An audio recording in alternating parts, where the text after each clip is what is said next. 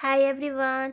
In this quick tutorial, I will show you how to export certain pages from your journal as an image file.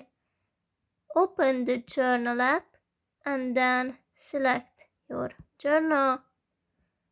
After that, go to the top right corner and click on the three dots. Click on Export Page and now choose Image. Select which pages you would like to export and then click on Export. Wait a few seconds.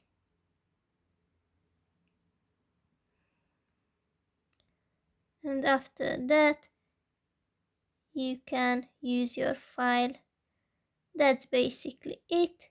I hope it helps.